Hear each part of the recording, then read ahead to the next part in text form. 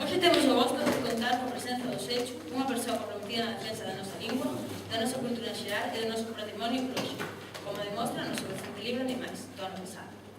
Licenciada en Filoloxía Galego-Portuguesa, gañou no 2003 o Premio Blanco Amor coa novela Orixe. Quizais o seu libro máis coñecido sexa O Made in Galiza, un conxunto de relatos curtos publicado no 2007, que recibiu tamén o Premio Ángel Casal ao mellor libro do ano, concedido pola Asociación de Editores Galegos. Ademais do talento na escrita, tamén demostra ter un gran talento como debuxante, tanto a pequena escala, como sabredes os escribiches Animais, como a grande, como testemunha o seu recente mural no cuarto da súa filla Estrela, como podedes ver no seu blog. Ao finalizar, se quere pode demostrar o seu talento no noso mural, tanto vos tamén, e a súa turna, dolle a palabra. Inés, obrigado.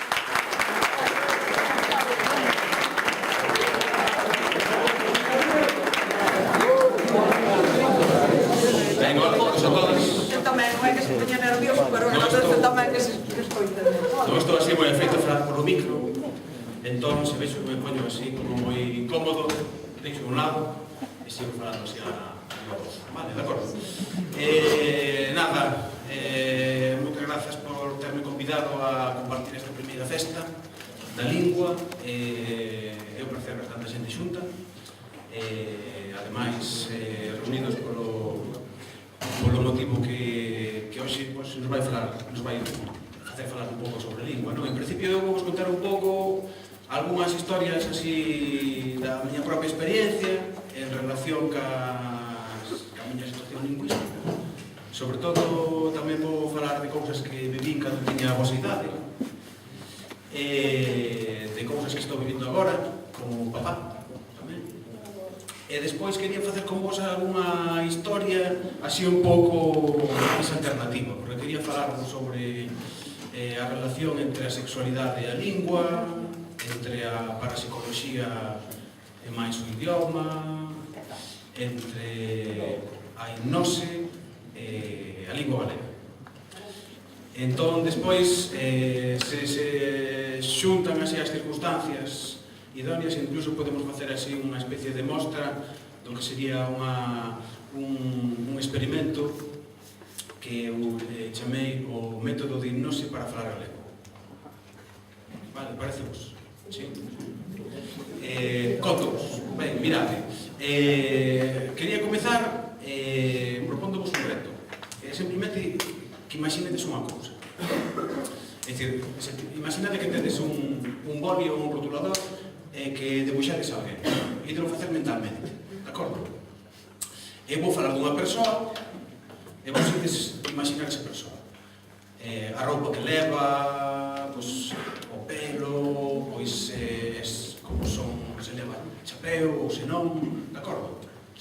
A persoa chamase Seoane. Eu vou contar a historia e vos ides imaginando Seoane pola rúa de Santiago. Rematou o xornalismo ano pasado e está facendo as prácticas de xornalismo ali en el Correo Gallego. Entón, o director de Correo Gallego dille que vai a buscar noticias pola zona bella. Entón, colle Seoane e vai aos bares. Vai ali para as crechas, metese nas crechas, ponse a falar con camareiro a ver se hai unha noticia así sobre a que escribir. Despois de tomar unha cervexa nas crechas vai para o modus vivendi, ali outra cervexa, vai así por diferentes bares co seu portátil, e ao final xa faise de noite e chama a Tomás. Está ali nun pub, chama a Tomás. Tedes a Seoane na cabeza, así máis ou menos. Chega o Tomás, dille Seoane, espera que vou pinchar os beizos. Entón saca a barra de labios e pincha os labios. A pregunta é, cantos de vos imaginastes que Seoane era un home? Cantas imaginastes que era un home? Levanta a mão.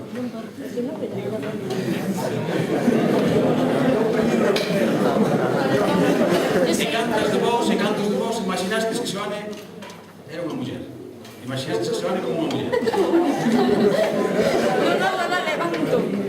Ben, Eu dixen en algún momento ser o meu muller. Mirade que falei dunha persoa, en vez de decir vai vestido ou vai vestida, dixen imaginar a súa roupa, vale? De acordo, entón, que pasou aí? Porque todo o mundo imaginou que Xoane era por nome, porque Xoane é nome de home. Sí.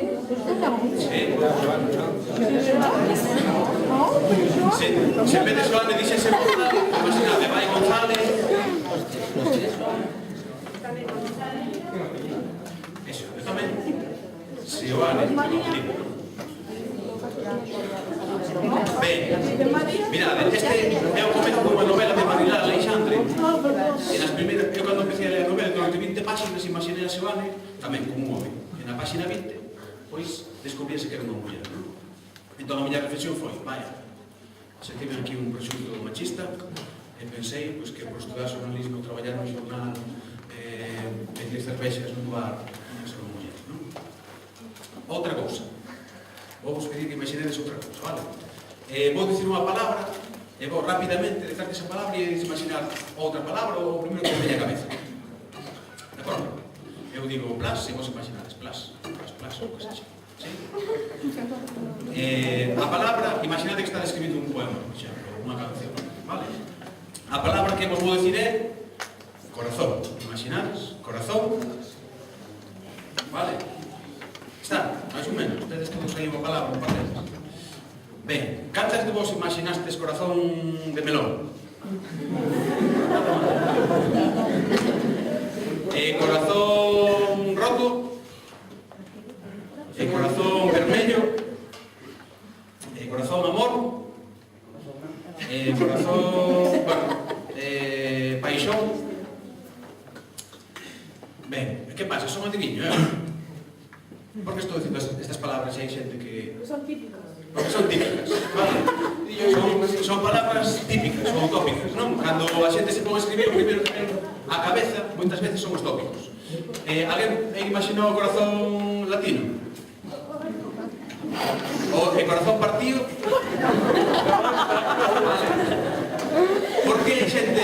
Isto, a primeira vez que eu fixen foi hai 8 anos ou 9, e a mirada da xente pensara, o primeiro que llevou a cabeza foi o corazón partido. Por que? Alejandro Sanz, que os estragos naquel ano, non? Vale. Pois mirade, tanto de Xoane como o que puñemos detrás da palabra corazón, a maioría, non? Desas palabras, ese comportamento que nos levou a imaginar a Xoane como un home, son tópicos. É dicir, son tópicos que aínda que non nos seamos moi conscientes deles, nos están influindo, non? Imaginade que estades no Courel, coñecedes o Courel, non? Montaña de Lugo, unha paraxe natural impresionante, sí? Entres nun grupo e alguén fuma, vai fumando, acaba o cigarro, que fai que a cabicha? Que é o normal que fai a cabicha? Tirar ao chan? Non debería. O normal sería coller. O normal sería... Coller a fumar. Vale, o normal sería non fumar, pero imaginade que hai fumadores. O normal é tirar. O normal é guardar e tirar despois no lixo. Ben. Tirar e pisar. Mirade, cal é a trampa? A trampa é a palabra normal. O significado que nos lle demos a palabra normal. Se por normal entendemos que o habitual, pois o mellor hoxe, o habitual ainda sigue sendo tirar ao lixo. Ou digo, ali, un brado.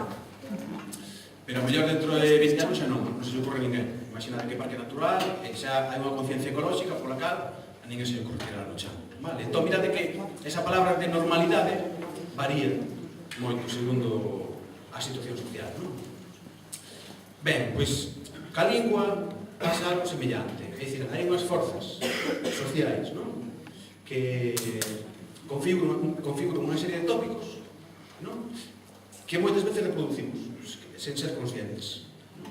E outras forzas que producen cambios sociais, que son orixinais. Vale, por exemplo, pois, eu teño estado ali no Courel e cando acabo o cigarro, pois meto no cordón das botas. Gardo ali, e depois cando chego a un sitio onde hai unha papeleira, tiro ali. Vale? Caligo sucede algo parecido. Non sei, vou contarvos un pouco a miña experiencia. Aquí, cantos dos vosos avós e avós falan galego habitualmente? Galego. A ver, o castrapo é unha denominación así como moi despectiva, non? Gallego. Galego daqui, da Guarda, non? Galego. Cantos van a, non sei, cantos falan entre eles en galego, os vosos avós, por exemplo? Entre eles, os vosos avós, cantos falan galego? Levantad. Sí, levantad. Os vosos pais e nais? Vale. E vos, por exemplo, se ides a unha cafetería, cantos pedides en galego un café con leite?